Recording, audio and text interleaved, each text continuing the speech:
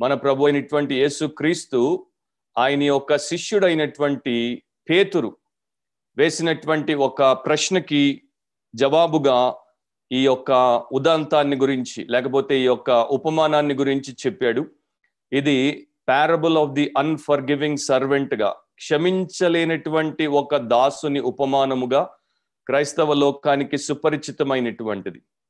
యేసు ప్రభులో ఉన్నటువంటి విశ్వాసులందరికీ ఈ యొక్క పాఠ్య భాగం ద్వారా ప్రభు ఒక బలమైనటువంటి జీవన సంబంధమైనటువంటి పాఠమును నేర్పిస్తున్నాడు.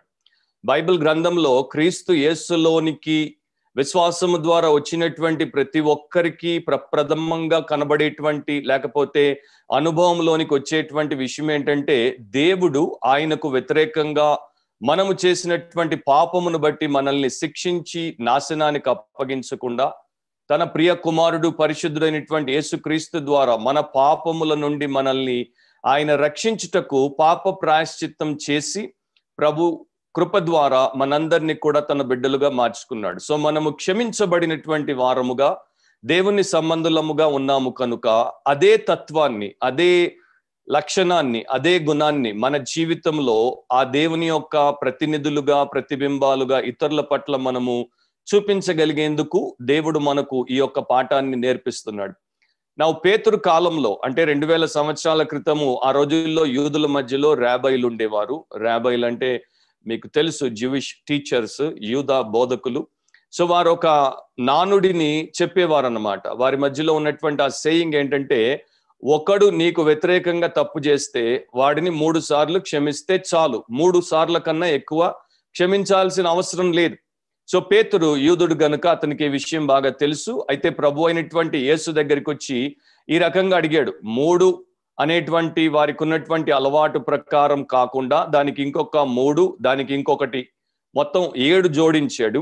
బహుశా పేతురు అనుకుని ఉండొచ్చు, నేను 3తో సరిపెట్టుకోకూడదు, ఆ 3 మామూలుగా ఉన్నటువంటి అలవాటే, దానికి ఇంకొక 3 నా భక్తిని చూపించడానికి, దానికి ఇంకొకటి కలిపితే నా యొక్క ఉదార స్వభావాన్ని, నా యొక్క జనరస్ నేచర్ని చూపించడానికి ఉపయోగపడుతుంది అని చెప్పేసి నేను నా సహోదరుడు చేసినటువంటి తప్పును బట్టి 7 మార్ల మట్టుకు క్షమించవచ్చా అని అడిగాడు. నా రాబైలందరికీ గ్రేట్ రాబైగా ఉన్నటువంటి యేసు ప్రభు ఏం చెప్పాడు? 70 ఏళ్ల మట్టుకు అని చెప్పాడు. 7 మార్ల మట్టుకే కాదు, 70 times 7 అని చెప్పాడు. దాని అర్థము మనం మామూలుగా లెక్కలేసుకుంటాం, వెంటనే 70 into 7 అంటే 490 times 490 సార్లు అని మనం లెక్క కట్టుకుంటాం. కానీ ప్రభు యొక్క భావము, ప్రభు యొక్క ఉద్దేశం అది కానే కాదు. 490 సార్లు క్షమిస్తే సరిపోతుంది అని ఆయన చెప్పట్లేదు. ఆయన చెప్పినటువంటి ఆ యొక్క లెక్కకు అర్థం ఏంటంటే, అసంఖ్యాకమైన సమయాలు, ఇన్యూమరబుల్ టైమ్స్, ఎన్నిసార్లు అయినా సరే నీ సహోదరుడు నీకు వ్యతిరేకంగా తప్పు చేసి నీ దగ్గరికి వచ్చి క్షమాపణ కోరితే క్షమించేటువంటి వ్యక్తిగా ఉండాలి. Your forgiveness should be limitless. ఆ యొక్క హద్దు లేకుండా, అంటే ఇంతవరకే క్షమిస్తాను అనేటువంటి పరిమితి లేకుండా క్షమించాలి. సో ప్రభు అంటున్నాడు, Peter, don't keep the count, keep on forgiving.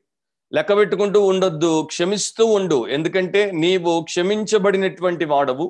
మనందరం కూడా ప్రియ సహోదరి సహోదరులారా, ప్రభు నందు ఉన్నటువంటి ప్రతి విశ్వాసి కూడా తన జీవితంలో తెలుసో తెలియకో అనేక రకాలుగా, అనేక విషయాల్లో దేవుడికి వ్యతిరేకంగా పాపం చేసి తప్పు చేసినటువంటి ప్రతిసారి మనందరం కూడా కోరుకునేటువంటి విషయం ఏంటంటే, దేవుడు కనికరం చూపాలి, దేవుడు క్షమించాలి, దేవుడు మనకు మరొక అవకాశం ఇవ్వాలి. సో మనము దేవుడి దగ్గర ఏదైతే ఆశిస్తున్నామో దాన్ని ఇతరులు కూడా మన దగ్గర ఆశించినప్పుడు అదే దేవుని యొక్క లక్షణాన్ని మనము దేవుని సంబంధులముగా చూపగలగాలి.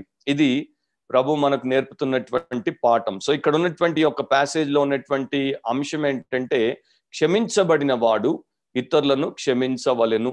దేవుడు మనకు వ్యతిరేకంగా ఉన్నటువంటి అసంఖ్యాకమైనటువంటి పాపములను క్షమించినప్పుడు, ఆయనకు వ్యతిరేకంగా మనం చేసినటువంటి ఘోరమైనటువంటి పాపములను క్షమించినప్పుడు, మనతో ఉన్నటువంటి వారు మనకు వ్యతిరేకంగా చేసినటువంటి కొన్ని పాపములు, చిన్న పాపములను మనము క్షమించకుండా ఉండుట అనేది దేవుడు ఒప్పుకోని విషయం.